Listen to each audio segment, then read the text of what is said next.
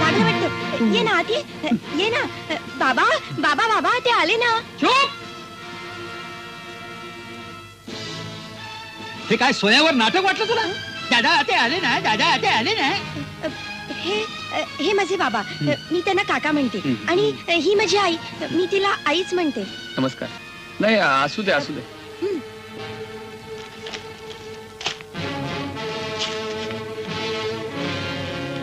5 मिनिटं अगोदर आलात.